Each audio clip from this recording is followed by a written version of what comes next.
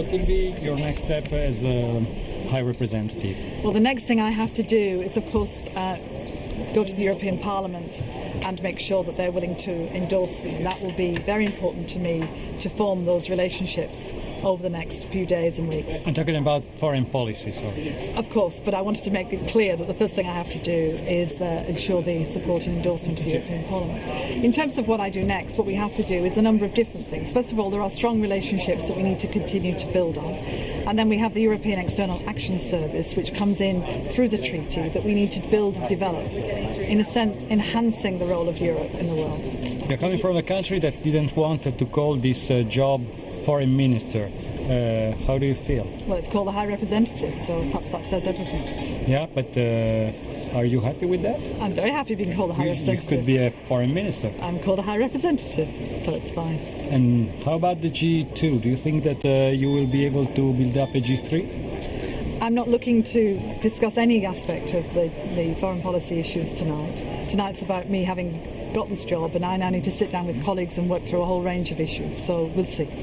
Austrian television. Let me ask you, for the Austrian public that doesn't know you, how do you want to be introduced to the European citizens who don't know you yet?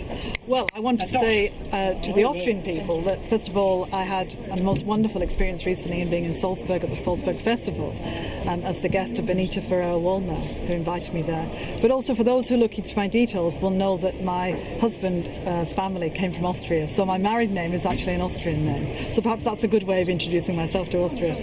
Will you be more active on the media? Sorry, I'll get to the foreign policy is concerned, which is the part the European Union can play? Because that is, most of the time, the member states think they do it themselves. Well, they do it on their own behalf, and that's right and proper, and they must continue to do that. But when you build 27 countries together, you know, in a trade context, I describe it as an economic superpower, that together we can achieve much more. Together, Europe has a stronger and deeper voice on the global stage, and that's what we need to do. It doesn't take away from what individual countries do, the relationships they have, the detailed relationships that they want to build, but together we can form great alliances in order to be able to talk to the rest of the world, and that's what I need to do. Do you think you can draw the British public a bit closer to Europe?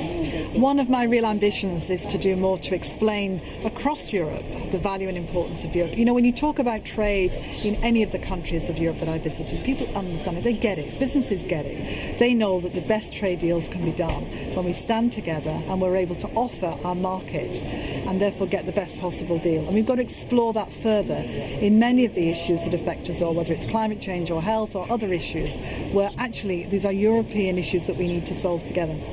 Excuse me, for the Italian television, it's very important to put Britain in the heart of Europe. Is that a message to the Conservatives? Is that going to be very important if they are elected next year in the UK? Well, I, of course, having been leader of the House of Lords, have worked very closely with the Conservatives and the Liberal Democrats across the House.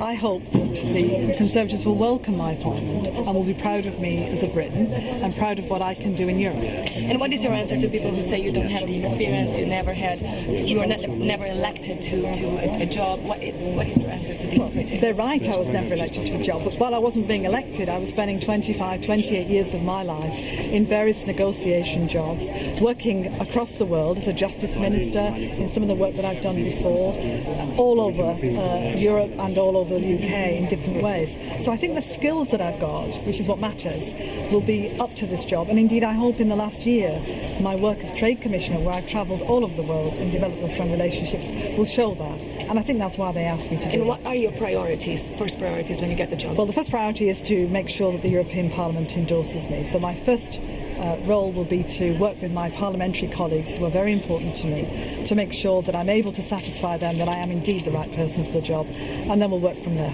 Okay, thank you very much.